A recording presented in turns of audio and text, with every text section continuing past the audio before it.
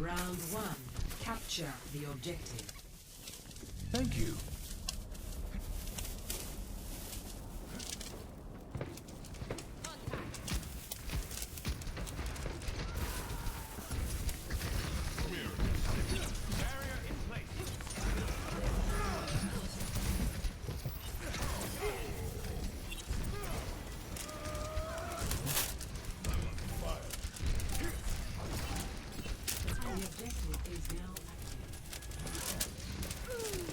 Assemble at this location.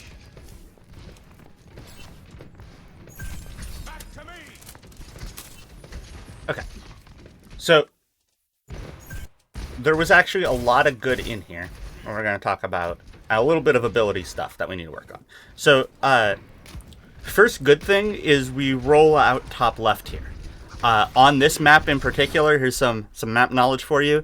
Most of the time, you want to take White Room, because whoever takes White Room first will probably win this point, and whoever wins the point first will probably win the map. That's just sort of how King of the Hill works. The first fight is super important, yeah?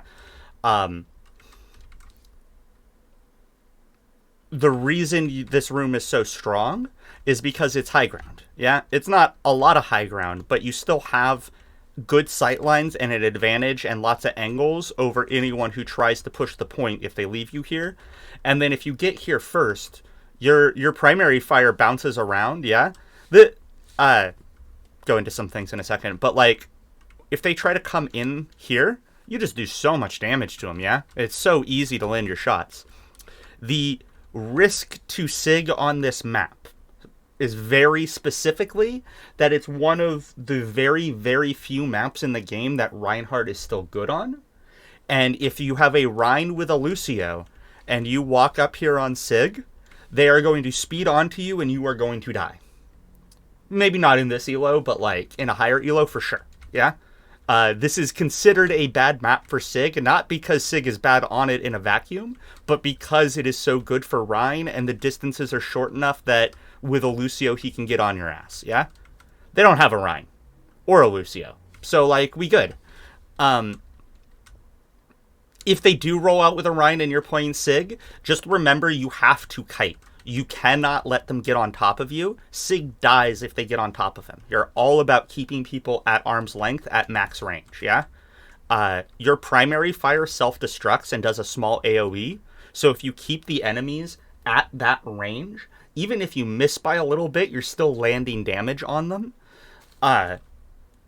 So like, it kind of it puts your spacing on easy mode, yeah? We just keep them at the edge of our range as best we can. And then it's really hard for them to get to you, and it's really easy for us to land damage. Yeah? The dream. I think we both know that Suck was a mistake. The shield was good, yeah?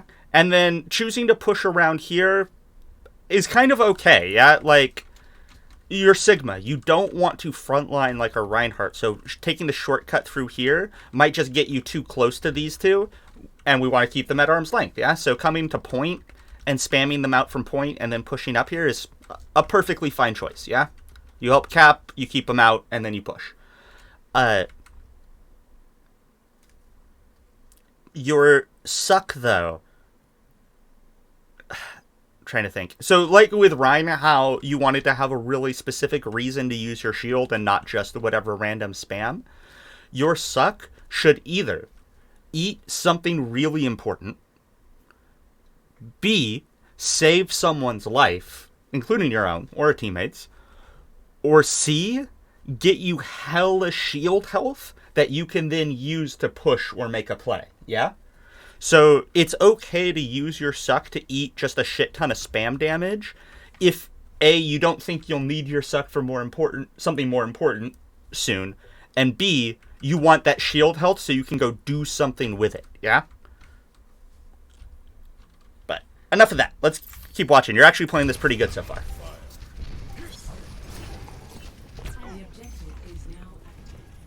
Okay, Mercy leaves the point, so we go back to Cap. Ranked things, whatever.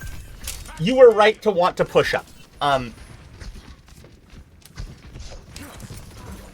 the thing with Sigma and, like, the whole keeping people at arm's length things and, like, the nature of your cooldowns, we'll see where you go with this, but I actually don't hate it so far. Let's see what happens. But, Sigma is the king of running away, yeah? You don't...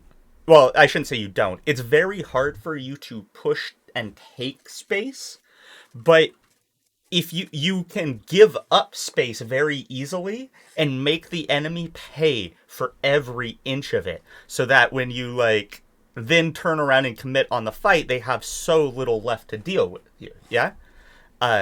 So basically what you want to do is when you have won a fight, you want to take as much space as you can. They told you to go back? Yeah, unfortunate. They were wrong, but, like, it's ranked. Sometimes you just do what you gotta do. I'm not too fussed, yeah?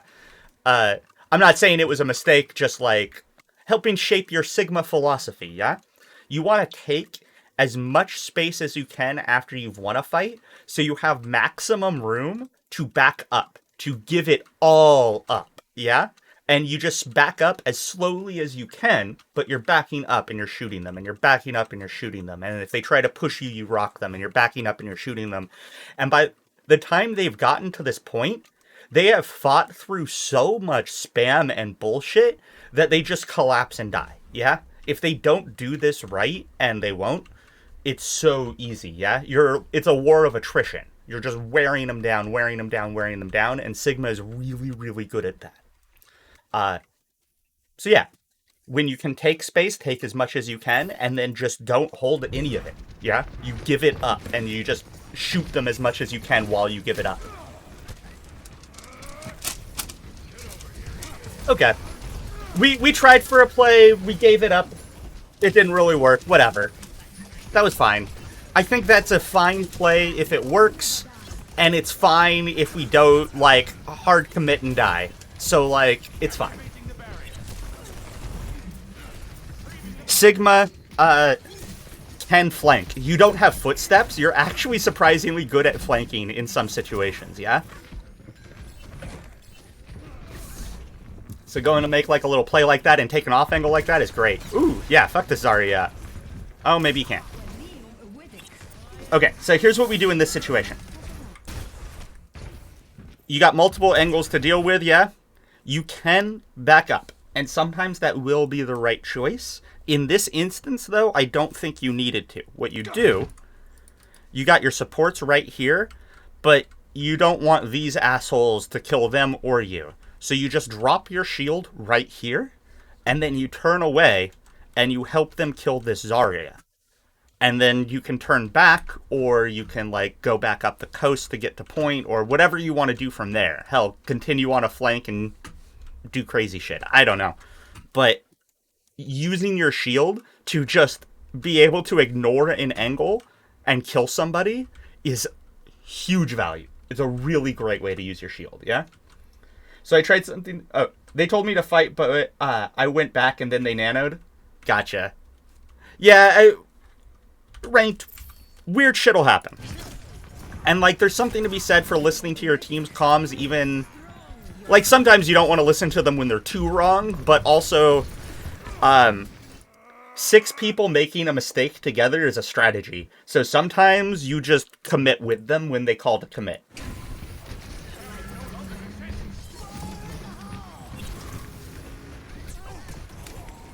Just simply being more coordinated in your mistake than the other team is in punishing it, will carry a lot.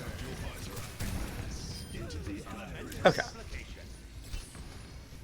And now we're looking a little confused. So you've been playing this really well, but there are times... I guess what it is you're pretty good at reacting to what the enemy is doing, but there are times where you just don't know what you should be doing. They're in multiple places, or you just don't see where they are, or, like, right now. And now we're going to contest the Cassidy, and that's great. But there was, like, some confusion here, yeah? So, to remove that confusion, at least somewhat, let me see if I can draw this out. Outer lane, main lane with the point, outer lane, yeah? Pick one of these and own it. Control it. remember the whole giving it up thing if you have to give it up. Like, you give up space, but, like, this should be your starting point, is a high ground off angle. And which one you choose depends on the game. Like, I would probably choose this one, because this is where the enemy's going to come from. You can do lots of damage as they're, like, pushing up. Over here, you're useless. You're not doing shit for a long-ass time, yeah? Because you have limited range on Sigma. But different maps, different team compositions, different situations. But one of these two, just go there. As soon as you don't know what you should be doing, go hold one of these. And while you're holding it, use that to look around. Because the other thing these off angles give you is visibility on everything that's going on in a really narrow angle. Like, if you're in the middle here, you have to turn so far to see what's going on. If you're on a side, you just see it all. Yeah? So this gets you to a position that is just fundamentally good for your hero and feeds you information so you can figure out where you can best be doing work. Yeah? I don't know what to target, really. So, Sigma, you want to be doing damage as much as possible. If, like, shoot over shields if you can and get the, like, splash damage on the people behind rather than just straight shooting the shield. If you can get damage onto the back line, wait, that's your team. Whoops. If you can get damage onto these guys, that's huge. If you can force bubble or vape and then rock his vape, that's huge. If you can pressure out DPS or shield them off so they can't, like, take the positions they want, that's huge. You actually have plays to make against all 6 of them. So which one you choose is a little bit dealer's choice and a little bit just what the situation is. But first priority is damage. Second priority is impactful damage, yeah? Don't spend, like, just sit there trying to shoot at the Zen that you're, like, doing 5 damage at a time to, when you could be landing your shots directly into the Hog and forcing him out, yeah? But, and also farming your ult that much faster. But if you can pressure out a Zen or kill a Zen, fuck yeah. Hell yeah. And the other thing is, off angles like this will sometimes get you access to the backline fairly easy, because the enemy team pushes in, and then you use that to come behind. Sort of thing, yeah? That is not an infrequent occurrence. In higher ELO, they will be dealing with that, but, like, we're talking High Masters, GM. So you got time before you really have to worry about not being able to just walk around the map. I know Sig isn't good against dive, and I don't know if Ryan is good either. So Sigma, it depends a lot on the dive. It's funny, because Sigma is both anti-dive and hella fucking diveable, yeah? You can, if you catch out the dive early, and you kite it, and you position well, oops, not what I meant to do, and you rotate well, then they use their cooldowns to get to you, but then they don't actually get to you. And you get them out of position and wasting their time, and you can completely fuck them up. You can also rock the dive if you're good with your rocks. But otherwise, like, your suck doesn't help you against the monkey. Your shield doesn't help you against the monkey. Or people that can just move straight past it. And you're slow. So if they have a lot of dive, or if the dive is better than you, the player, then yeah, you're going to really struggle. But if you are good at outplaying those particular players, or if they only have, like, 1 or 2 dive heroes, Sig can actually be really strong. He can be good anti-dive. Yeah, it's just hard. You got to be really on top of your shit. Yeah, Rhine really struggles against dive. There used to be this rock, paper, scissors theory of Overwatch that, like, poke counters, or was it poke counters rush, which counters dive, which counters poke. It has never once existed. It has never, ever existed. It's been the dream for the Overwatch devs. Like, it's what they've been going for a while. But it has never actually happened. So yeah, Brawl does not counter Dive right now because Dive can just kite the Brawl, and Dive still has pokey heroes. So like, you can get a Genji, a Soldier, etc., to just run away from the Brawl and shoot it from a bunch of different angles. Anyway, enough of that. I really want to see this Flux.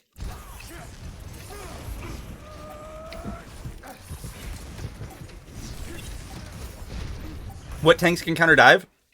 D.Va is by far the best. D.Va is strong as shit. Hog can be really good at countering Dive. Zarya, like Sig, can counter Dive if there's only a little bit of it. A Bubble can be incredibly good peel for a Dive, but if they have too much Dive, your Bubble's on too long of a cooldown and you only got the one, so like... yeah, off tanks generally, but D.Va especially, and Hog as well. Hog is underrated for anti-dive. People tend to think like, oh, I just need to flank and kill things. And that's like one Hog play style, and it's a good one. It's a strong one. But anti-dive, like with your hook and your shotguns, you destroy dive tanks on Hog. Like, yeah. Playing a defensive Hog style is very underrated, I think. This is really good. That was a good flux, good bouncing of your shots. Like, honestly, this is maybe a little bit sad, but one of the things that a lot of SIGs, even 500 SR above you and on down, forget all the time is that their shots bounce. And you don't seem to be forgetting that. You seem to be, like, trying to bounce your shots into people around corners and stuff. It's really good. Really good. The other thing people tend to forget... So they forget about the AoE, they forget that the shots bounce, and 3, they forget that these are an implosion, not an explosion, and they actually suck people into the center. Which, it's a very, very tiny amount, but it slows people down, and if you're playing at your max range, you can make it kind of hard for anyone without mobility to get on top of you, because it slows them down. You can actually boot people off maps with it. It's incredibly hard. They have to be standing right on the edge, but like... yeah.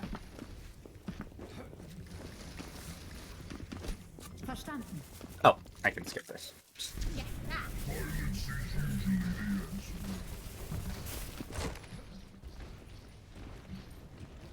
I can play Hog at a silver level, though. Yeah, Hog... I'll tell you Hog right now. Hog is... he's not easy, but he's simple, yeah? Just like Sigma, you hold an outer lane, typically, if you're playing defensive. You would... whoa. What the fuck just happened? Anyway. You would, like, hold something like this, yeah? If you're playing defensive, and not let them get around behind like they're trying to do. But the combo is right-click hook, left-click melee. And if you really want to get fancy with the tech, when you do the left-click melee at the end of the hook, you hold W for the left-click, and then you flick 180 degrees just as you hit the melee, because it has a hitbox, so you'll hit them as you flick around, and then you can already be leaving. The right-click detonates at 8 meters, which is, give or take, about here to you. Maybe like there to you. So if you right-click somebody at this range, you do hella damage. Hog can one-shot a Sigma if you land the right-click hook, left-click melee, and enough of it's a headshot. You can straight-up one-shot Sigmas and Zaryas. 200 HP heroes, it's easy. It's so consistent, yeah? The tanks are hard. You have to, like, land shit pretty perfectly to get the tanks, but you can. I think it's a maximum possible 480 damage if you land every single pellet of both shots into the head, plus the 30 melee. You can one-shot with right-click. Yeah, it does 240 headshot. If you're, like, at the right range, you can one-shot squishies with it. It's so annoying to just randomly die to a Hog right-click.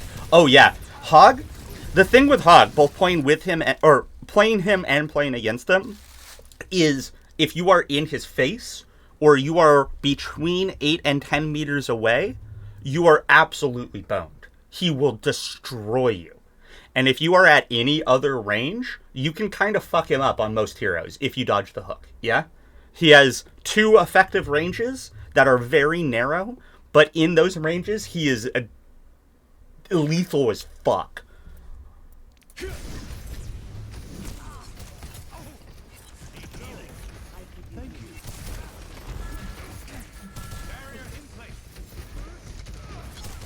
Yeah. If you choose to play any Hog, single best thing you can do as soon as possible is learn the range of your right clicks. Like, get so comfortable with it that you just know when somebody is at the right distance or you need to back up or get closer. Because once you have that range just built into you, you farm. You hard farm. Good try with the rock.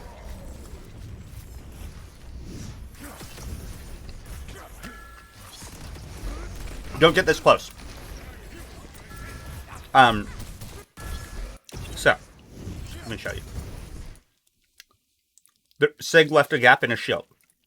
So we just come here. And we shoot there. And this Sigma can't actually shoot us because he doesn't have something to bounce his fire off of to get to you, really. I mean, maybe he could, like, try to shoot here and get you, but it's going to be a lot harder for him than for you because he's in a narrow little hallway. If you price the shield better, then don't walk through it into the tiny room. The tiny room is where you go to die against the likes of Sigma and all those respawns, yeah? We just back up, and we start spamming out his shield. It's not our favorite target, but it's consistent damage, and it's still value, yeah? And if his shield breaks before yours, you're at a large inherent advantage over him, yeah? So, yeah, if you have anything else to shoot, don't shoot a shield. But don't put yourself in danger to get past it either. Just shoot it at that point.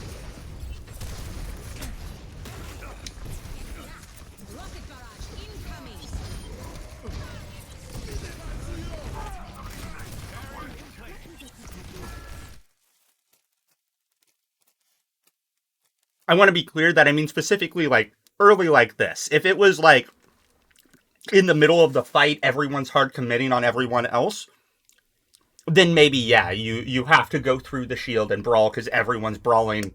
It's time to go. But that's something different than the situation in front of us, yeah? This is all really good. Look how much damage you're doing. Great flux. Great. Aw, you... A hair early. I actually thought you had that. You either go a little earlier and you cancel the res, or a little later and you get the res in it. But otherwise, that was so good. That was really good. I'll be real, your Sigma is straight up better than your Rhine. Like, your Rhine wasn't bad. Like, look at this. So, this is a bad habit that, like, tons of players have, any role, any hero, pretty much. When you want to hit your shots, you get closer. And that can be true on a lot of heroes, that it's easier to hit your shots. Sigma's one of the weird exceptions. If you get too close to people, it becomes so easy for them to dodge you. It's a little bit different when they're backed into a corner like this, but even still, when they're backed into a corner, it becomes almost impossible for you to miss at max range. Because if you do miss, it just ricochets and hits them anyway, yeah? So, try to avoid walking forward into people. You want to just keep them at that distance, yeah?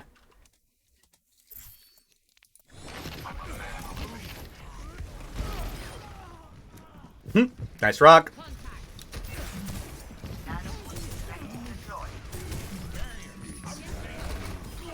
Good eat.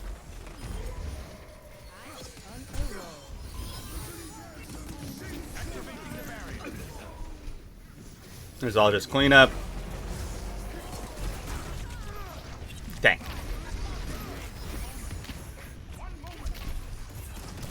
Yeah, so whenever we're getting lost and confused like this, back up. back up to the side so we can take a look around. I already said that. I'm just saying it again. Getting sucked into the middle is just a recipe for getting confused, yeah? Like, for anyone. It's not you're getting confused because, you know, you're bad or whatever. Anyone would get confused playing like that because it's confusing. It's hard. So just back up. Make things easier for yourself.